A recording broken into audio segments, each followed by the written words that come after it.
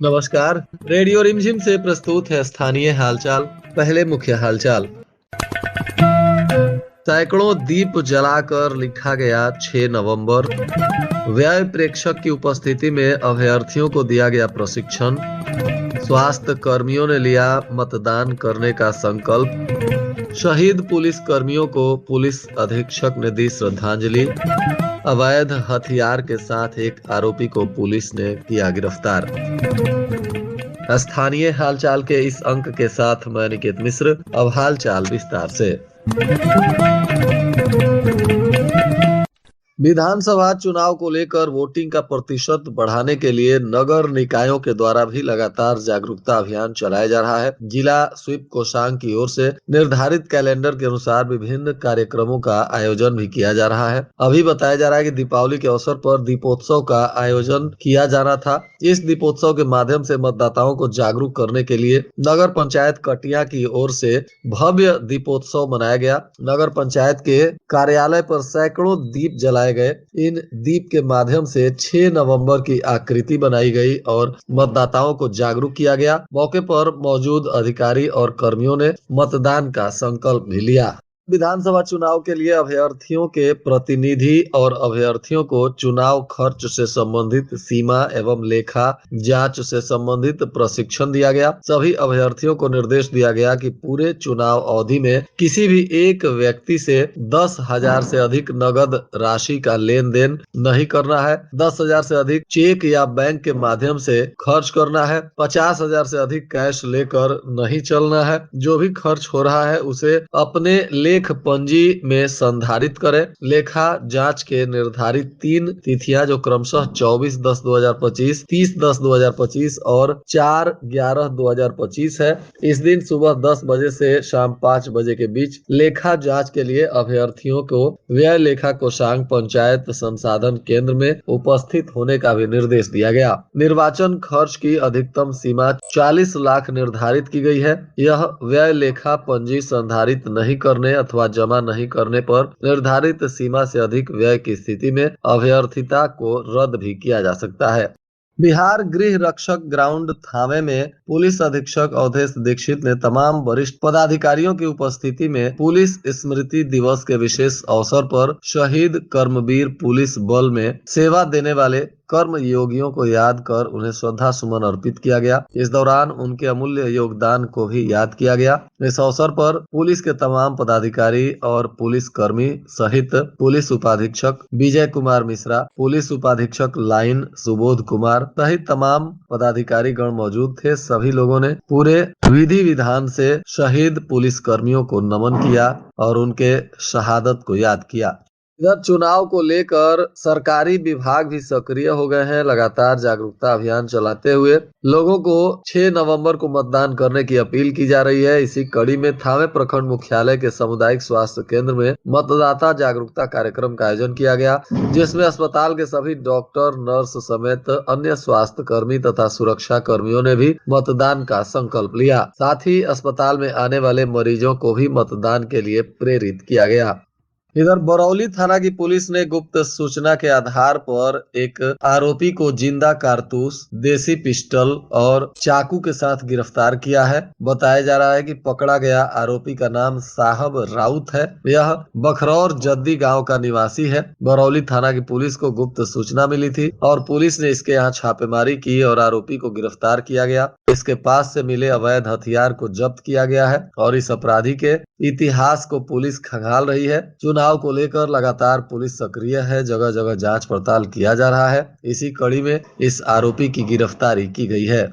गोपालगंज शहर के जादवपुर रोड में स्थित शिवाजी चौक पर छत्रपति शिवाजी समाज कल्याण ट्रस्ट के तरफ से शिवाजी स्मृति मंदिर के निर्माण को लेकर तैयारी चल रही थी। बताया जा रहा है कि इस भूमि को अंचल पदाधिकारी गोपालगंज के द्वारा सार्वजनिक भूमि घोषित कर दी गई है। इसको लेकर छत्रपति शिवाजी समाज कल्याण ट्रस्ट के तरफ से पदाधिकारियों पर गंभीर आरोप लगाए गए हैं। संस्था के पदाधिकारियों ने बताया कि भूमि को सार्वजनिक घोषित कर अंचल पदाधिकारी पदाधिकारी ने अपने पद और अधिकार का दुरुपयोग किया। हाई मास्टर लाइट स्थापित करने के लिए अनापत्ति प्रमाण पत्र दे दिया। इसके विरुद्ध वर्तमान सांसद आलोक कुमार सुमन और अंचल पदाधिकारी सदर एवं अनिल माझी के खिलाफ छत्रपति शिवाजी समाज कल्याण ट्रस्ट के द्वारा न्यायालय में वाद संख्या 1931/2025 दाखिल किया गया है। संस्था के लोगों ने कहा कि असैनिक न्यायाधीश वरीय कोटी गोपालगंज के द्वारा स्वतंत्र वाद संख्या 195 में पारित निर्णय जो दिनांक 30 मई 2017 को उपरोक्त भूमि को छत्रपति शिवाजी समाज कल्याण ट्रस्ट की भूमि घोषित करते हुए अंचल पदाधिकारी सदर को उक्त भूमि में किसी प्रकार का हस्तक्षेप करने से बाधित किया गया है। इसके बावजूद भी अंचल पदाधिकारी ने अपने पद का दुरुपयोग कर वहां हाई मास्टर लाइट लगाने के लिए अनापत्ति प्रमाण पत्र दे दिया। जब ट्रस्ट के लोगों को पता चला तो एक दल सांसद आलोक कुमार सुमन से मिलने गया, लेकिन वे इस पर ध्यान नहीं दिए और हाई मास्टर लाइट का जगह चेंज करने को लेकर साफ उन्होंने इनकार कर दिया। अब इस बात से नाराज छत्रपति शिवाजी समाज कल्याण ट्रस्ट के लोगों ने अदालत का दरवाजा खटखटाया है। अब आगे इस मामले में क्या होता है यह वक्त बताएगा।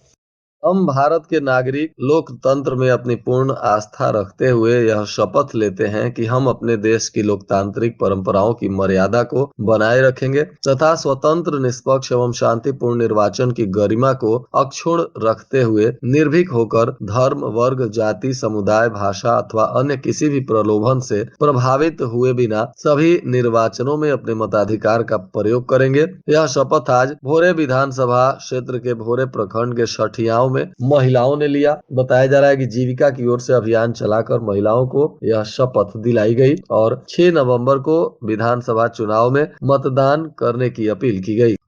मथुआ विधानसभा क्षेत्र के सामान्य प्रेक्षक अमित तोमर ने विधानसभा क्षेत्र के छाप एवं मिर्जापुर गांव का निरीक्षण किया। इस दौरान उन्होंने संवेदनशील बूथ संख्या 1, 2, 3, 4 और सामान्य बूथ संख्या 379, 80, 81 और 86 का निरीक्षण किया। इसी प्रकार मिर्जापुर गांव के भी संवेदनशील और सामान्य बूथों का निरीक्षण किया और उस क्षेत्र के पदाधिकारियों को आवश्यक निर्देश दिए।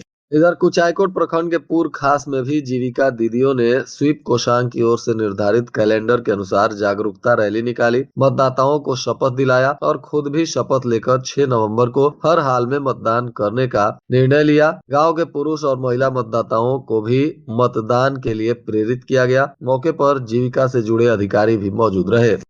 दीपावली के दिन सदर हॉस्पिटल में बहुत सारे लोग पड़ाके से घायल होकर पहुंचे थे। इस दौरान लगातार देर शाम को इमरजेंसी वार्ड में स्वास्थ्य कर्मियों ने लोगों का इलाज किया। जिले के कोने कोने से बच्चे, युवा पटाखे से हुए दुर्घटना के बाद जख्मी होकर अस्पताल में पहुंचे थे। कई लोग अभी भी वहां भर्ती हैं। स्वास्थ्य विभाग ने आम जनता से अपील किया है कि लोग, छठ का त्योहार भी है, ऐसे में पटाखा जलाते समय काफी सावधानी बरतें। पटाखे से बहुत सारे हादसे हो रहे हैं जिसमें कई लोगों की स्थिति गंभीर भी हो जाती है। ऐसे में पटाखा जलाने से बचें और अगर जला रहे हैं तो पूरी सावधानी के साथ जलाएं। खासकर बच्चों का विशेष ख्याल रखें, इसलिए कि कई बच्चे इस बार दीपावली में पटाखा से जख्मी हुए हैं और इनका इलाज अस्पताल में चल रहा है। पटाखा से घायल होने वाले बच्चे या युवा की पीड़ा देखकर लोगों की दिल दहल जाती है। अस्पताल में इलाज करने वाले लोग या स्वास्थ्य कर्मी बच्चों को पटाखा से जलने के बाद रोता चीखता देखकर मर्माहत हो जाते हैं। इसलिए आम जनता से नम्र निवेदन है, रेडियो रिमझिम परिवार के तरफ से भी आप सभी से निवेदन किया जा रहा है कि आप लोग पटाखा जलाने से बचें।